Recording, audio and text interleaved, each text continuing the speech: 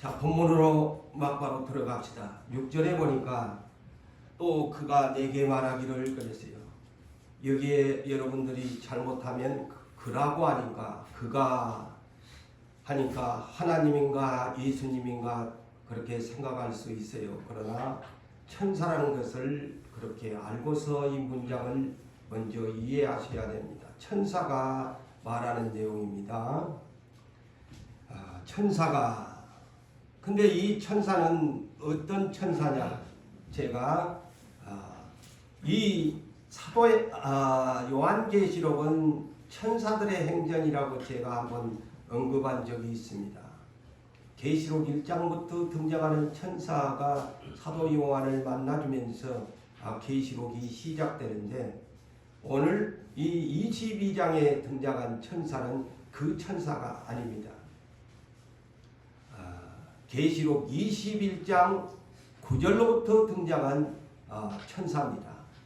마지막 7재앙의 대접을 가진 자 중에 한 천사가 새 하늘과 새 땅, 새 예루살렘 성을 보여주고 또한 생명수의 강물을 보여주면서 생명나무를 보여주었던 그 천사입니다. 잊지 마시고 거기다가 표기를 그렇게 계시록을 읽을 때 마지막에 하나님 앞에 쓰임받는 천사입니다. 그 천사가 사도 요한을 환상 중에서 데리고 다니면서 말씀한 그러한 천사입니다. 그래서 그가 내게 말하기를 이 말은 그랬어요. 자기가 하나님을 대행해서 신부름을 하는 이 천사가 전해주는 이 말은 신실하고 참되다. 이거는 거짓말이 아니다. 한마디로 줄여서 한다면 정말 거짓말이 아니고 참되고 신실한 말이다. 주 곧 선지자들의 영이 그랬어요. 선지자들의 영이. 자, 이것을 이해하려면 계시록 19장 10절을 참고하십시오. 예수를 증언하는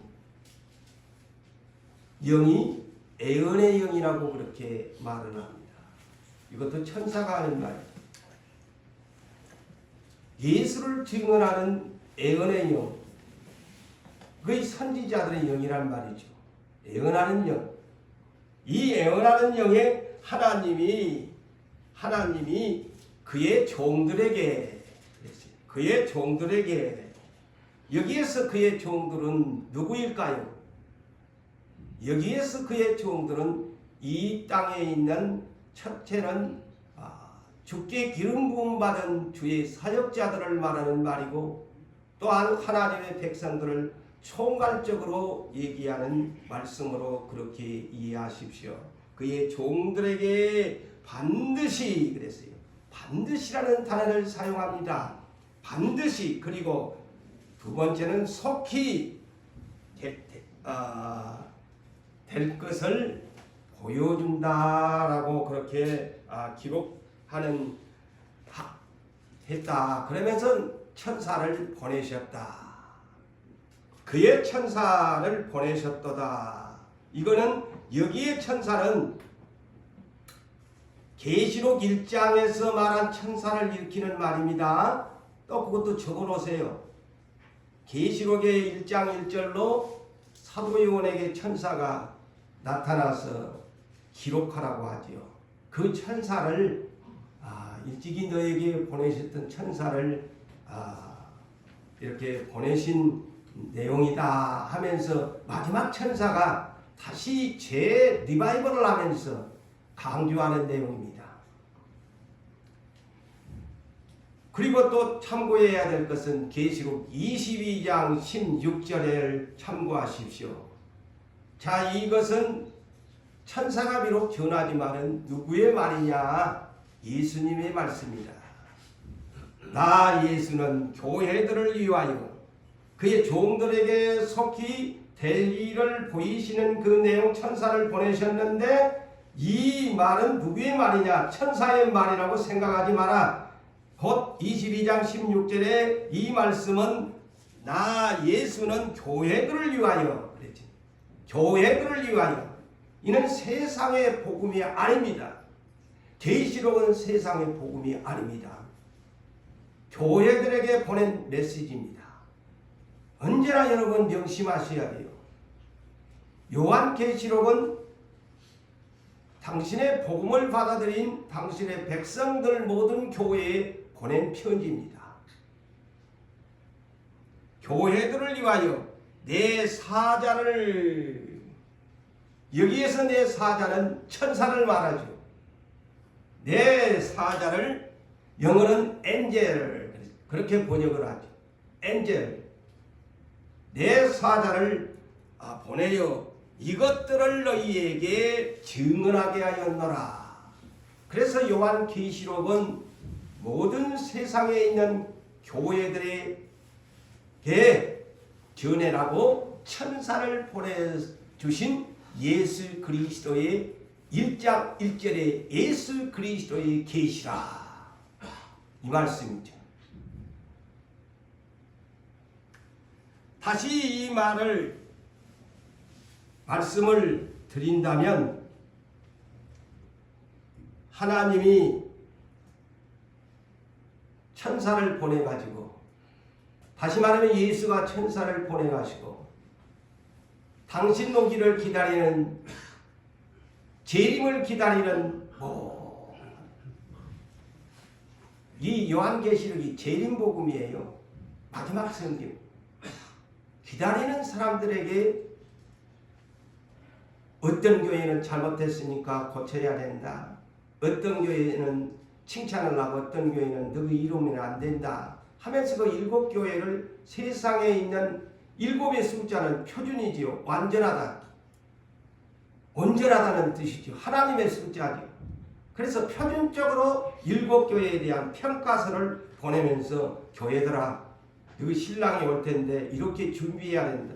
이렇게 잘못된 교회는 회개하고 고쳐야 된다.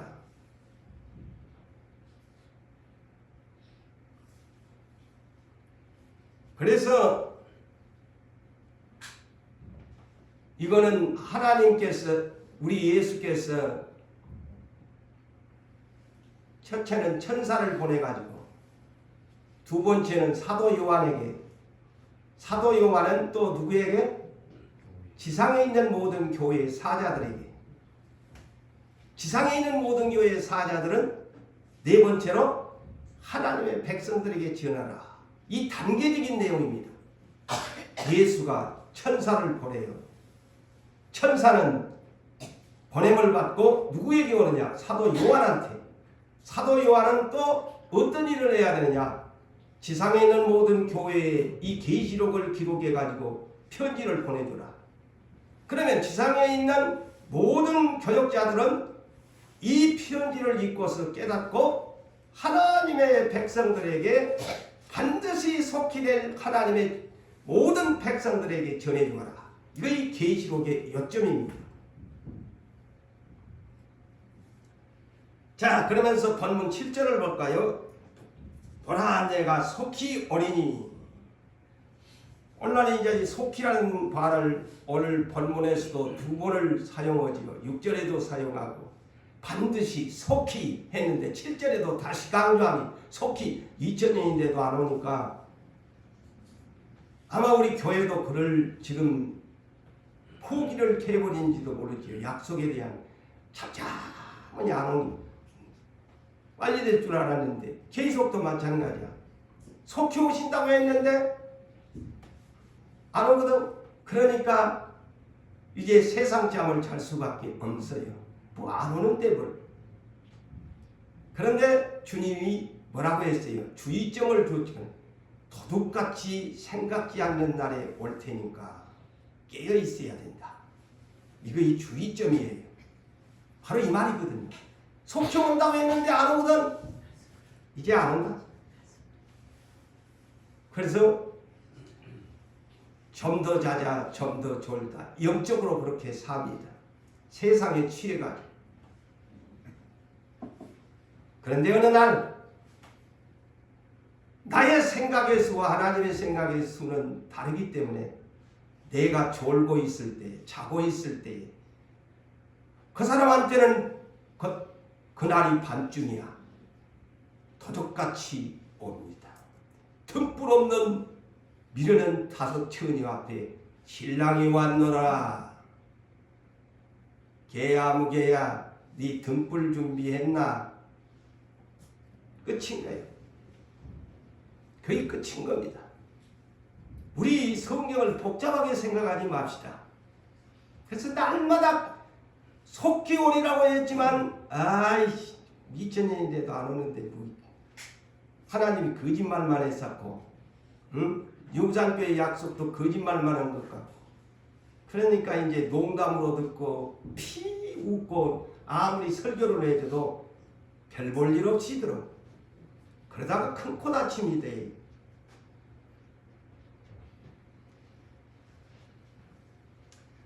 내가 10절에 다시 볼까요? 보라 내가 속히 오리니 이 두루마리의 예언의 말씀을 지키는 자는 복이 있다. 두루마리라고 했어요. 그때 당시로는 성경이 두루마리입니다. 두루마리가 뭡니까? 쉽게 얘기합시다. 저 카렌다를 보세요.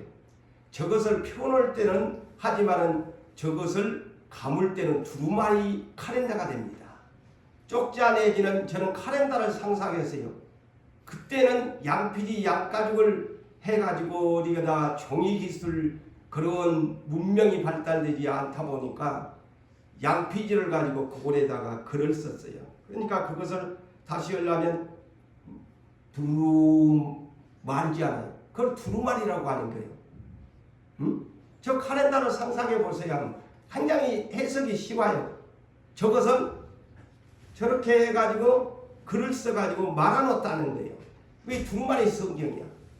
이 두루마리의 이 요한계시록의 작은 책을 상상하면서 이 말씀을 들으십시오. 그때 당시 사도 요한이라는 이거 두루마리 성경이죠. 기록하면 만들면 두루마리로 성경을 만들어라. 근데 이 두루마리에 기록된 요한계시록을 지키는 사람, 그래 오늘날은 두루마리가 아니고 여러분이 가지고 있는 인쇄술이 뛰어난 책자로 성경책을 바이블을 가지고 여러분들이 살아갑니다.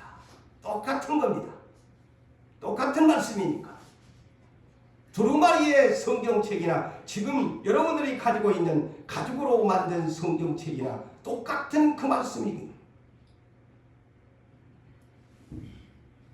그래서 계시록 1장 3절에 예수 그리스도의 계시다 하면서 내가 천사를 보내어서 모든 종들에게 보내라 하면서 오늘 본문이 다시 마지막 천사가 1장에서 그 천사가 전해준 메시지를 다시 반복해서 제 사도 요한에게 다시 명심하라는 뜻으로 주는 겁니다. 그래서 이 말씀이 뭡니까?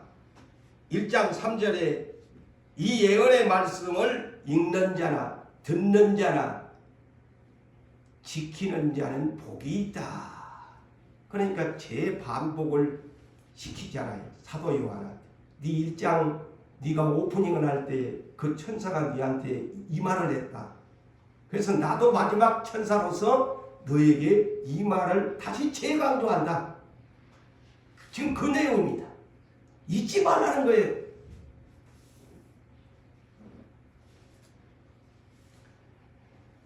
그런데 이 요한계시록을 다른 성경도 많이 있는데 요한계시록을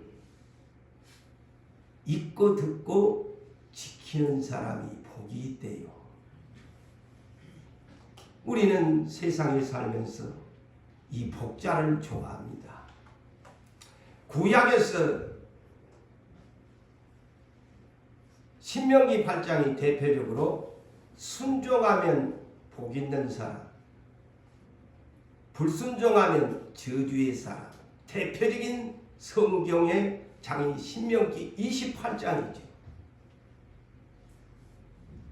그런데 예수님이 오셔가지고는 복의 개념이 우리와 전혀 다릅니다. 세상 모든 종교나 오늘날 기독교 안에도 기복신앙을 추구하는 사람들, 세상에서 형통하고 잘 되는 것, 만사형통한 기복신앙을 추구합니다. 그런데 예수님이 산상수훈에서 복 있는 사람은 참 기복신앙과 전혀 다른 마음이 가난해야 복이 있다고 합니다. 마지막 8번째, 예수님 때문에 욕먹고 박해받는 사람이 복이 있고 큰 상을 받는다. 복이 달라요. 기독교는 세상 종교가 추구하는 복의 개념과 180도로 다르다는 것을 성경에서 바르게 오해하지 마시고, 예수를 아는 지식을 가진 사람은 내가 지금 현재 물질이 없다고 복 없는 사람이라고 하지 마세요. 하나님이 섭해하십니다. 내가 건강이 없다고 나 복받지 못한 사람이라고 스스로 자해하지 마세요. 하나님은 그런 사람들을 부르셨거든요. 그러면 복 있는 사람이다. 복을 바르게 이해하셔야 돼요. 우리는 7절에도 지키는 자라고 그랬어요. 지키는 자가 복이 있다. 지키는 자가 복이 있다. 1장 3절에도 이 계시록의 말씀을 지키는 사람이 복이 있다는 겁니다. 안 지키면 반대로 역으로 복이 없는 사람이에요. 그 사실을 아셔야 돼요. 이 계시록을 지키는 사람이 복 있는 사람이지 안 지키면 복이 없는 사람이에요.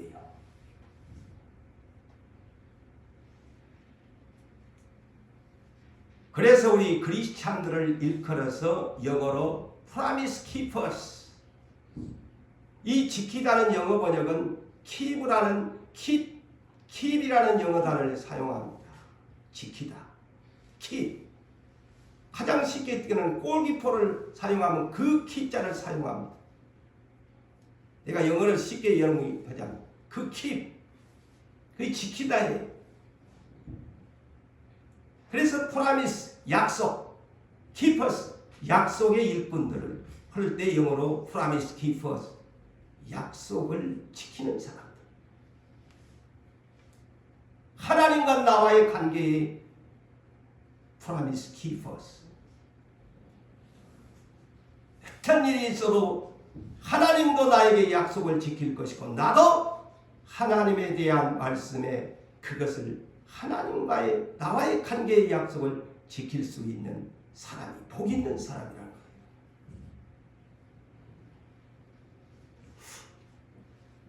그래서 성경에서 잠언 4장 23절에 가장 지켜야 할 것이 뭐냐? 사람의 마음이라고 했어요. 무릇 지킬 만한 것보다도 내 마음을 지켜라. 하트키퍼.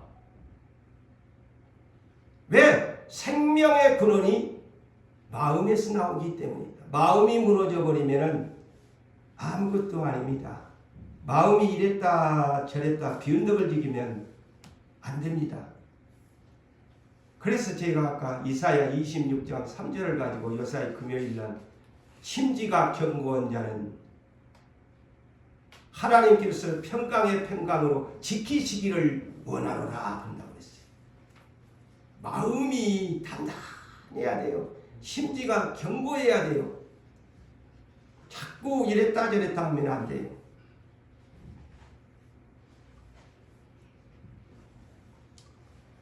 자, 기도 날이면 날마다 여러분 기도하시지요. 헷갈리면 안 됩니다. 오늘 기도해놓고 돌아서서 의심해버리고 돌아서서 낙심해버리고 저녁내 와서 울고 불고 세상 말로 짜놓고 돌아설 때는 될까 말까 걱정 근심 다 해버리면 아무 소용없어요. 어디가 있나요? 그래서 성경을 알아야지. 그럴 때 주여 예수 이름으로 명하는 사탄아 물러가라. 의심이 들어오고 낙심이 오고 걱정이 오고 염려가 오고 야고보서 1장 6절에서 8절에 의심하는 사람은 구하지를 차라리 말아라. 내가 쉽게 지금 얘기하는 거예요. 의심하려고 하려면 기도하지 마라. 얻기를 구하지 마라. 왜? 그 사람은 두 마음을 품은 사람이다.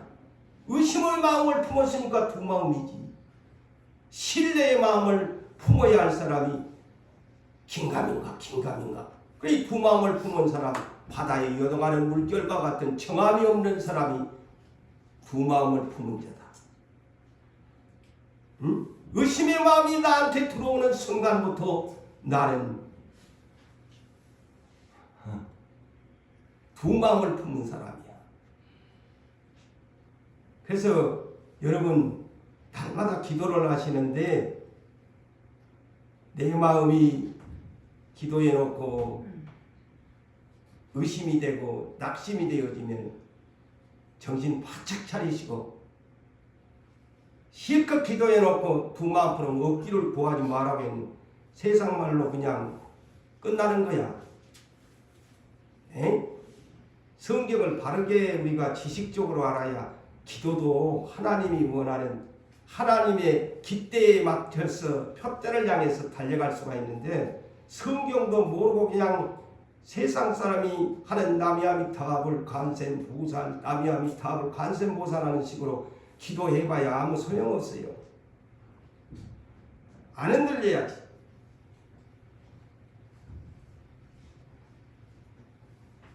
그래서 야고보서 4장 4절에서 가늠한 여인들아 이랬는데 이것이요 여인들한테 하는 얘기가 영적인 내용입니다. 가늠한 여인들아 그러지. 그 영적 우리는 다 예수님의 신부들인데 여자들인데 두 마음을 품지 말라는 거예요. 왜 네 세상과 벗대냐? 네 세상과 벗된 자여 네 스스로 하나님과 원수된 것을 모르느냐? 그러면서 야고보서 4장 8절에 본격적으로 말씀합니다. 하나님을 가까이 해라. 그래야 하나님도 너를 가까이 하고 두 마음을 제발 품지 마라. 두 마음을 품었다면 깨끗하게 씻어내라. 두 신랑을 두 주인을 네 마음에 품고 있으면 안 된다는 것이죠. 의심을 주는 마귀 주인을 또 한쪽으로는 신뢰한다고 하면서 예수님을 주인으로 두 신랑을 섬기는 거야. 그래서 가늠한 여인들아 두 마음을 품지 마라. 아까도 말씀을 드렸다시피 골키퍼가 제가 왜 이런 말을 하느냐. 골키퍼 이에서 그 우리의 마음을 생각하면서 이 설교를 들으세요. 그 골키퍼는 골이 들어오면 자기는 지는 자가 되잖아요. 장갑을 끼고 두 팔을 돌리고 양다리를 벌리고 들어올까 싶어가지고 막 그 90분간의 경기에 최선을 다합니다. 그러죠? 그 다음에 우리도 영적으로 프라미스 키퍼스가 돼야 돼. 의심의 꼴이 나에게 들어오지 않도록 막아내야 됩니다. 불신의 못 믿는 불신의 꼴이 마귀가 넣잖아요. 마귀놈이 의심의 꼴을 갖다가 내 마음속에다가 차 넣으려고 하면은 그거를 내가 받아버리면은 내가 맨날 의심하려고 사는 거예요. 긴가민가. 불순종의 꼴이 내 마음 안에 들어오지 아니하도록 막아내야 돼. 막아내야 돼. 그런데 마귀가 의심의 꼴을 넣어도 꼴인 누구 왕조의 의심의 꼴이 꼴인 됐습니다. 그때부터 이제 이 사람은 의문의 사람이 되는 거야. 불순종의 꼴이 누구 암개 집사 마음속에 꼴이 됐네요. 그때부터 불순종하기 시작하는 거예요. 마귀 놈은 파이팅! 그때부터 나라는 존재는 무너지기 시작하는 거예요.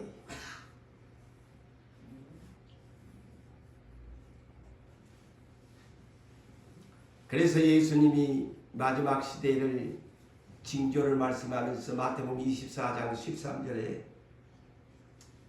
끝까지 견디는 자, 지키는 자는 구원을 얻는다고 하지요. 응? 마귀는 호시탐탐 밤낮을 가리지 아니하고 꼴을 갖다가 내 마음속에 쳐 넣으려고 하는데, 내가 키퍼 노릇을 하고 키퍼가 잠이나 자고 앉아가지고 기도도 안 하고 불순종이라고 하고 의문이나 가지고 하고 안 된다고 맨날 입으로 부정적인 말은, 그 사람은 뭐 백전백승 그냥 마귀의 밥이야.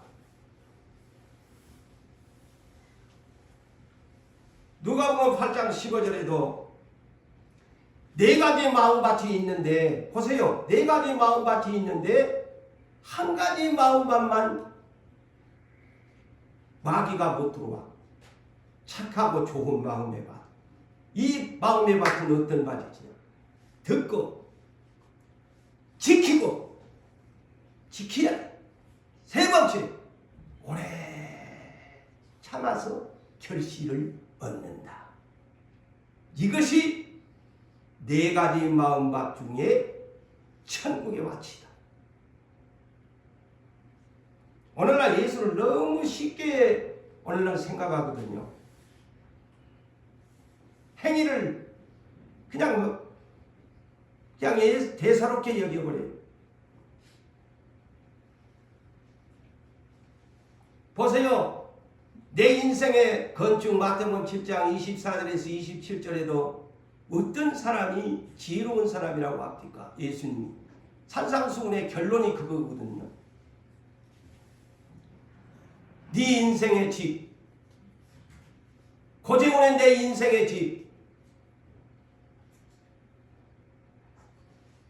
내 말을 네가 듣고 지켜야 지혜로운 사람, 반석 위에 집을 지은 인생, 무너지지 아니하는 집이 된다. 다 지켜야 된다고 하잖아요. 제 말이 아니잖아요. 성경을 뻘로 보면 안 돼요.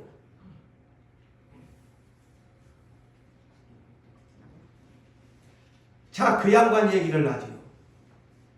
그 유명한 사도 바울이 자기가 죽기 전 일보 직전에 디모데후서 4장 6절로 로마의 감옥에서 교수형을 청하기 직전에 내가 이제 갈 때가 됐다.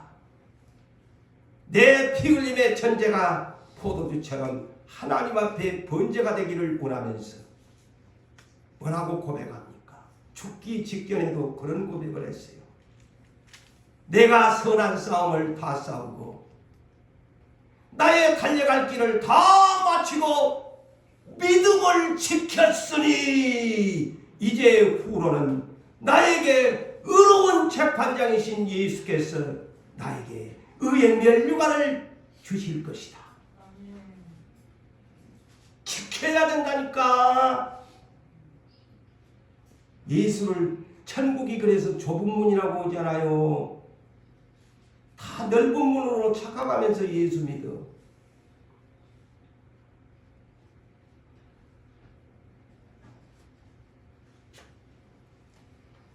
그런데 여러분들이 한 가지 아셔야 될 것이,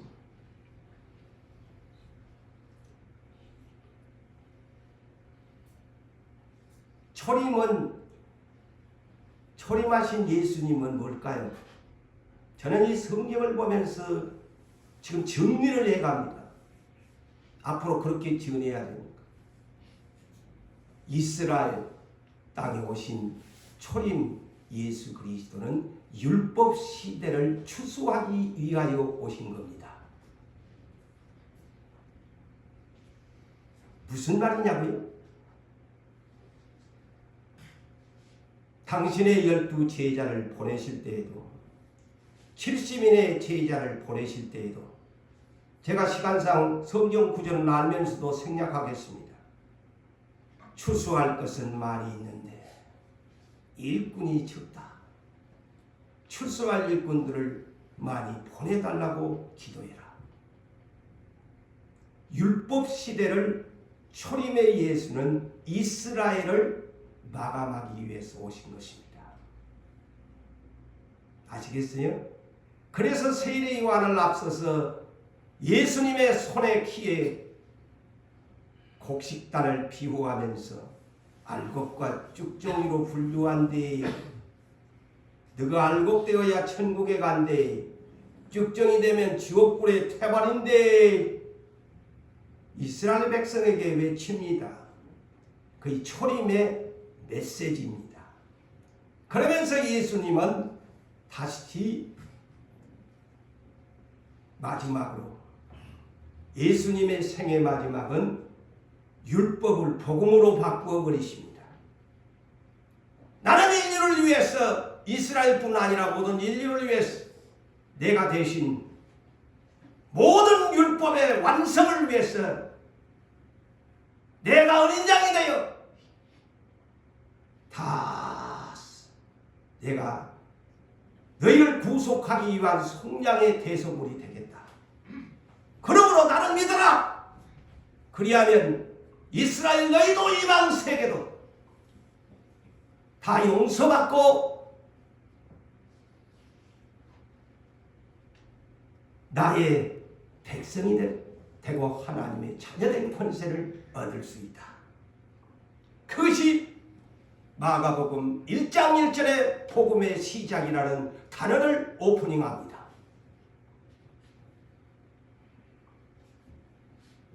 그러면서 주님이 떠나시면서 40일 동안 부활하여 이제 제자들을 남기고 갑니다.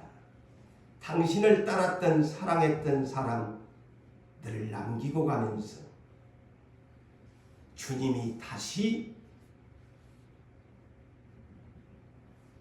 재림 복음을 외칩니다. 이거 이 성경에 요약된 겁니다. 부활하고 나서 제자들에게 성령 세례를 받으라고 하면서 사도행전 1장을 보세요. 구름 속으로 올라갑니다. 천사들이 뭘 그렇게 쳐다보나 제자들은 다시 오실 것이다. 그렇게 올라간 대로 다시 너희 주님이 오신단다. 자, 재림복음이 시작됩니다. 자, 성경의 맥을 잡으세요.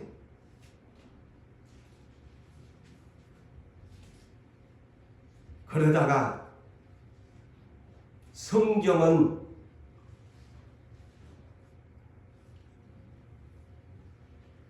구약 39권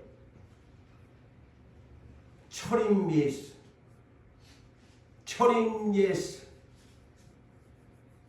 율법 시대를 추수합니다. 이스라엘만 선택했으니까.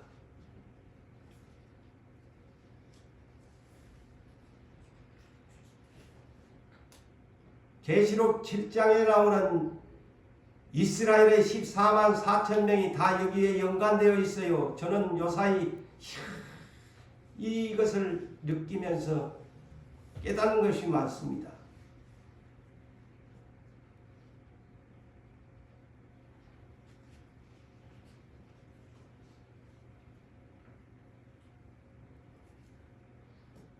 자, 이 내용을 여러분들이 들으면서 자, 예수님은 부활하시고 난 후에 자, 신약 성경 복음서지요. 플러스 바울 서신을 비롯해서 베드로나 누가복음이나 22권, 26권이 복음을 전하는 메시지입니다. 부활하고 나서 초대교회의 12사도를 통해서 재림의 복음을 외치게 합니다. 사도 요한도 역시 그 메시지 속에 주님이 오실 것을 전합니다. 그래서 초대 예루살렘 교회에서 12제자가 선포하고 저 시리아 땅에 있는 안디옥 교회에서 바울과 바나바를 두 사도를 또 선택해 가지고 이방인의 복음 사역을 합니다. 그리고 예수님이 12사도 가운데 사랑의 사도였던 이 사도 요한을 그냥 계시록을 주지 않았습니다. 고통 가운데서 단련된 이 계시록의 새 복음을 고독한 유배지 작은 섬 반모섬에다가 하나님 말을 오직 의지하게 만들어 그곳에서 신령한 하늘이 열리는 환상과 주의 감동을 만나게 됩니다.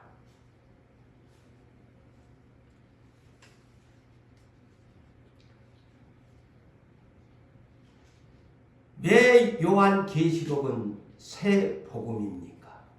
재림의 복음은 새 복음이에요. 새 복음은 요한 계시록이에요.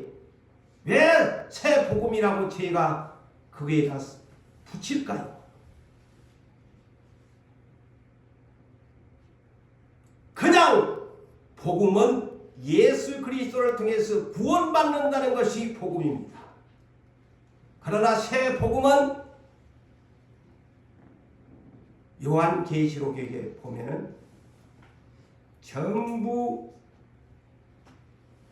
새 하늘과 새 땅, 새 예루살렘성, 먹어보지 못한 과거에나 먹었던 만나를 다시 주겠다고 약속합니다. 우리가 한 번도 보지 못했던 생명나무의 열매를 매달마다 열리는 것, 그리고 우리의 이마에는 우리 주님이 이름과 하나님과 새 예루살렘 성의 이름을 이마에 붙이는 곳, 예수님의 신돌 새로운 신분증, 내 이름도 그곳에 가면 새롭게 흰돌 신분증을 받을 때만이 내 이름을 그때 가서 알고 예수님의 이 이름도 새로운 이름으로 개명된 이름으로 내 이마에 쓸 것이라고 기록되어 있기 때문입니다. 그러니 계시록은 새 복음이지. 그래서 재림을 기다리라. 그래서 요한계시록 1장 7절로 천사에게 보여주면서 구름 타고 오신다. 자, 계시록 1장이 구름 타고 오신다. 나를 찌른 자도 나를 비판하는 자도 다 보게 될 것이고 그날에는 기쁜 소식이 아니라 세상 모든 민족이 통곡하는 날이다. 계시록 22장 마지막은 뭐라고 합니까? 주 예수여 오시옵소서 마라나타 라고 주님의 재림을 기다리라고 하는 성경의 마지막 계시록입니다.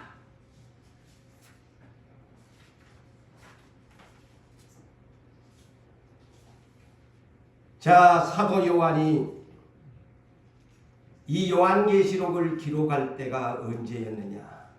어떤 배경에서는 요한계시록 1장 9절에서 10절을 보니까 요한계시록을 기록하게 된 그 상황을 설명합니다. 어디에서? 반모섬에서 홀로 유배를 당합니다. 그곳에서 섬에서 내보내주지 아니하면은 그곳에서 자생해야 돼. 자연인처럼 살아가야 돼. 보호자도 없어. 하나님만 오직 바라보고 그 섬에서 유배를 받고 자연인처럼 살아야 하고 생존해야 할 이 사람이 자 어느 날 하늘이 열립니다. 천사가 옵니다. 어느 날 왔느냐? 이 계시록을 기록할 날이 수요일도 아니요 목요일도 아니 주의 날에, 영어 번역은 Lord's Day, 오늘날 주일입니다. 그래서 성경의 구약은 안식일이지만 이 계시록에서 명백하게 이 성경의 구절을 통해서 Lord's Day, 주의 날에 성경 마지막 오늘날 우리가 지키는 이 날에 성령님이 감동하사, 성령님이 감동하사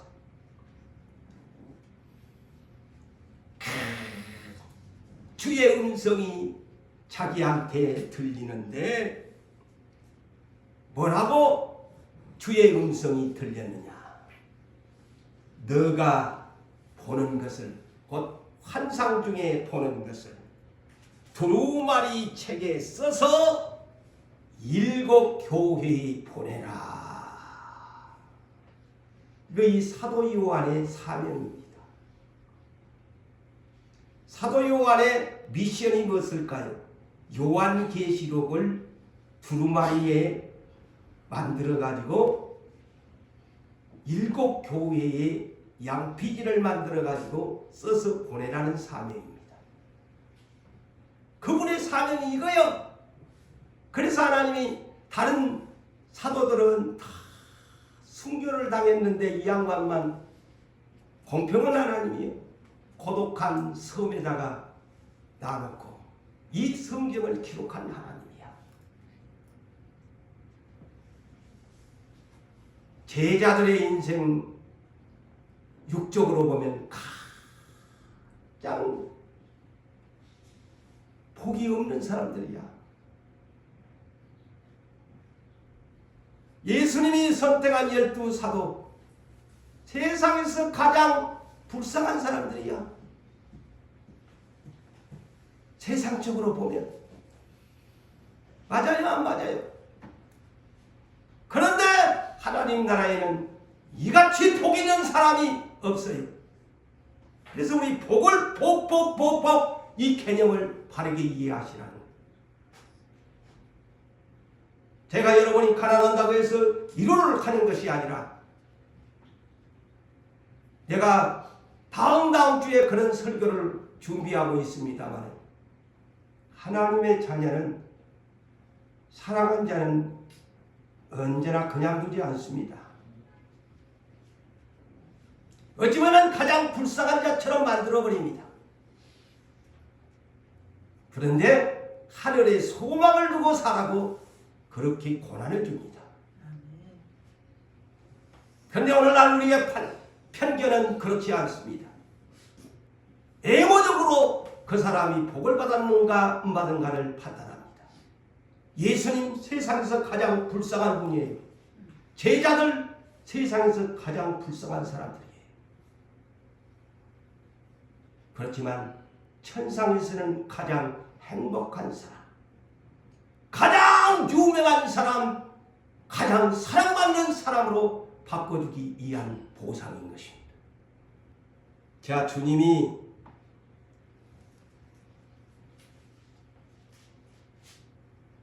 내가 너에게 환상으로 보여준 것들을 두루마리 써서 7 교회에 종들한테 보내라.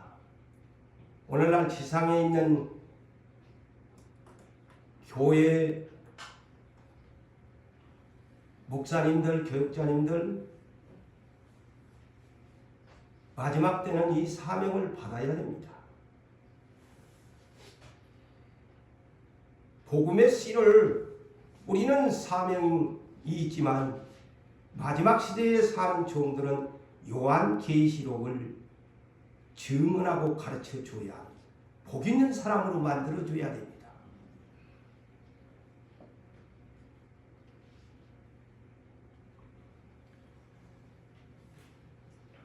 요한계시록 1장 18절에서 19절에 보니까 사도 요한에게 예수님이 이렇게 나타납니다.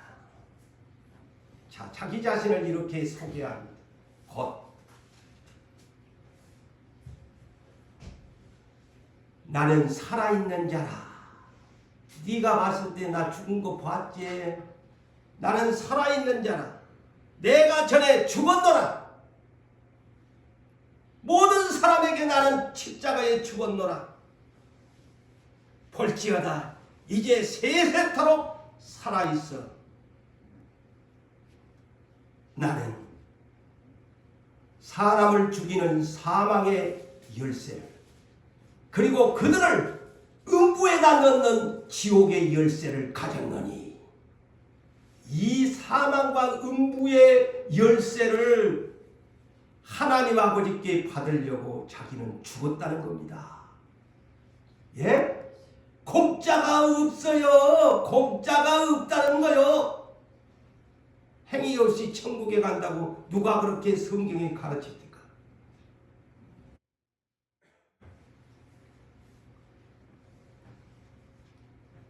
그러면서 주님은 사도 요한에게, 그러므로 네가 본 것과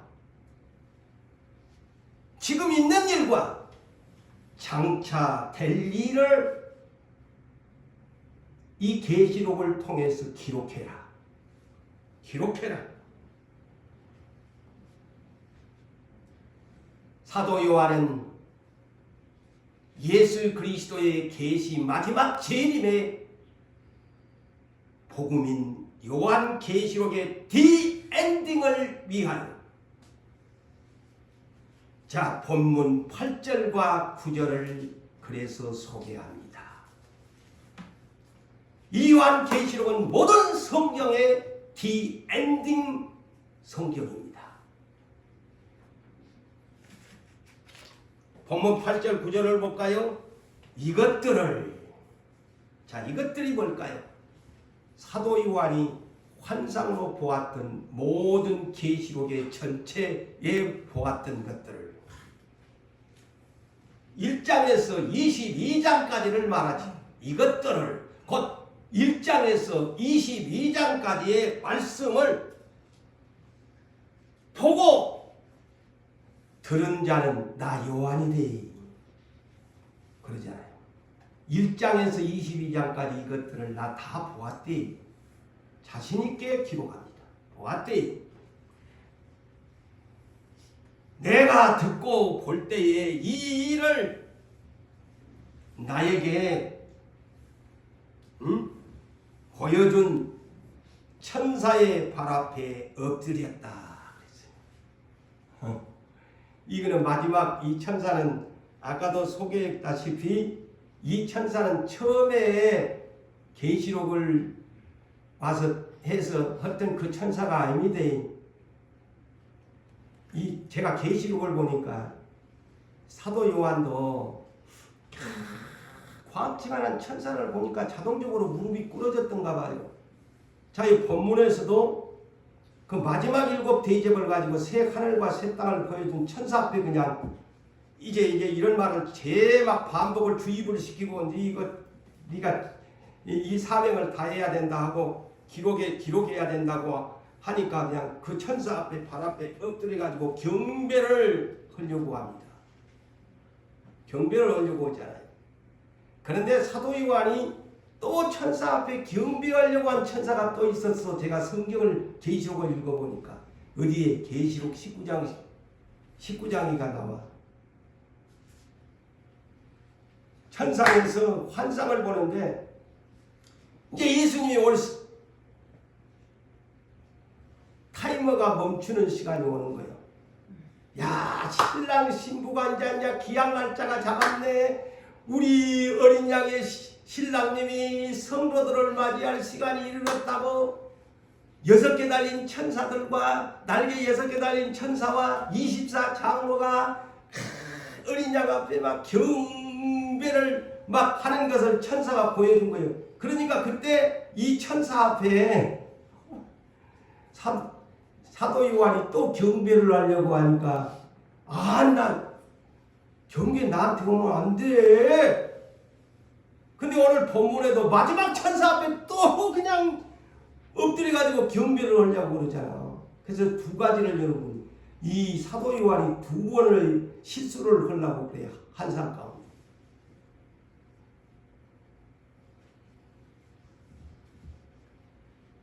그러니까 경배를 하려고 하니까 그가 내게 말하기를, 여기는 그가 그 마지막 일곱의 재앙을 담은 천사가 내게 말하기를, 나는 너나 너 요한이나 너의 형제 선지자들이나 또 이 두루마리의 예언을 지키는 모든 하나님의 백성들과 함께 된 종이다. 나도 종이야. 천사가 그러잖아요. 나도 니나 나나 선지자들이나 이 예언의 말씀을 듣는 모든 사람들 다 종이다. 그러지 마. 하나님께만 경배해. 라고 바르게 천사가 고쳐줍니다. 고쳐줍니다. 그런데 천사들 중에 경배를 받으려고 온 천사들이 있었지요. 누구게요? 범죄한 천사들. 루시퍼. 못됐지요. 근데 이 천사는 바른 천사라서 경배를 안 받으려고 하지 마라. 니나 나나 똑같은 종이야. 그런데 이놈의 범죄한 루시퍼 마귀와 그 따르는 것들은 경배를, 자, 누구에게? 예수님한테 찾아와가지고 환상을 보여주면서, 또 환상 보여주자 똑같은 장면이야. 이 성경을 보니까 재미지잖아요. 예수님에게, 사도 요한에게 환상을 보면서 보여준 것처럼, 아니 마귀놈이 와가지고 천하만국을 환상으로 보여주면서, 니 보이지? 나한테 엎드려 경배하는 천하만국 너한테 줄게. 그러니 예수님이 사탄아 물러가라. 어찌하여 나를 실험하느냐. 경배를 안 하잖아요. 저놈 마귀놈은 그래서 이단들이 생기는 거야. 이단들이 뭡니까? 그 교주들이 자기가 신처럼 경배를 받으려고 하잖아. 그 마귀놈들이 들어가는 게 그래. 나 아니면 안 된다. 나 아니면 구원이 없다. 내게로 와야 구원을 얻는다는 거지요.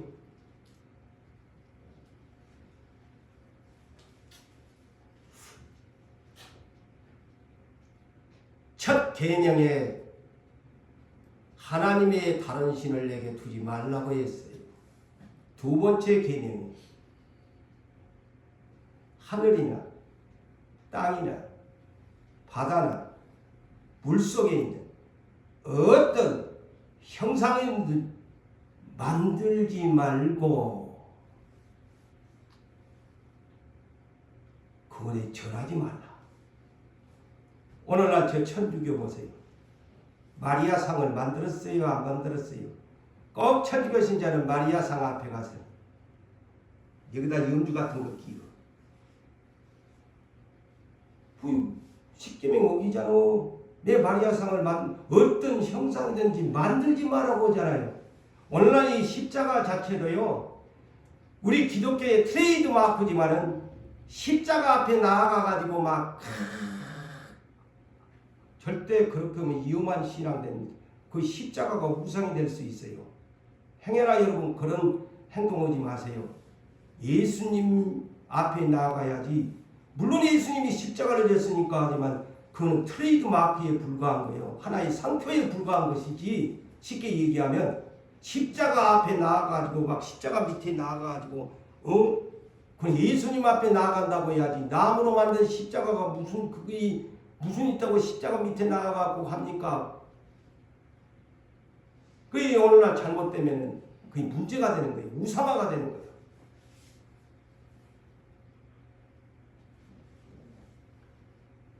그래서 오늘날 천주교에서는 마리아가 성모 마리아 중보자다. 그러니까 이제 오늘날 덧져가지고 저 거제동에 있는 하나님의 교회는 하나님도 어머니가 있어야 이 마리아 뽕딴 것 같아. 응? 하나님 어머니가 있다고 이제 해가지고 또 저렇게 또 웃기는 세상 말로 웃기는 사람들이 있어요. 그런데 그렇게 막 이렇다 할 멋쟁이들이 그렇게 많이 다니는 거 보면 참 기가 막히고, 응? 기가 막혀. 응? 세상에 어떻게 저렇게 미혹이 될 수 있을까? 자, 그래서 오늘 본문 8절과 9절에 이르는 말씀으로 종료를 하면서 다음 시간을 더 재미지어 있어요. 이 임봉하지 마라 10절에 저는 어제 박수를 쳤어요. 하나님. 나중에 들어보면 알아요. 그래서 또 다음 시간을 여러분들이 기대하시면서 또 앞으로 더 하나님께서 저에게 성령의 가르치심이 저에게 더 업이 되리라고 봅니다. 지금은 이렇게 초보 단계에 지나지 않는 계시록을 강의하고 있지만은 앞으로는 더욱 하나님이 성령의 감동을 주어서 이 계시록과 함께 이 시대를 준비하는 교회로 복음을 전하는 일꾼들로 쓰시리라고 믿습니다. 사랑하는 성도 여러분이여, 비록 가난하지만 비록 건강하지 못한 분들이라고 할지라도 힘내시고 우리는 복 있는 사람이다 라는 자부심과 긍지를 가지시고 시대를 준비한 여러분 되시기를 주의 이름으로 축복합니다.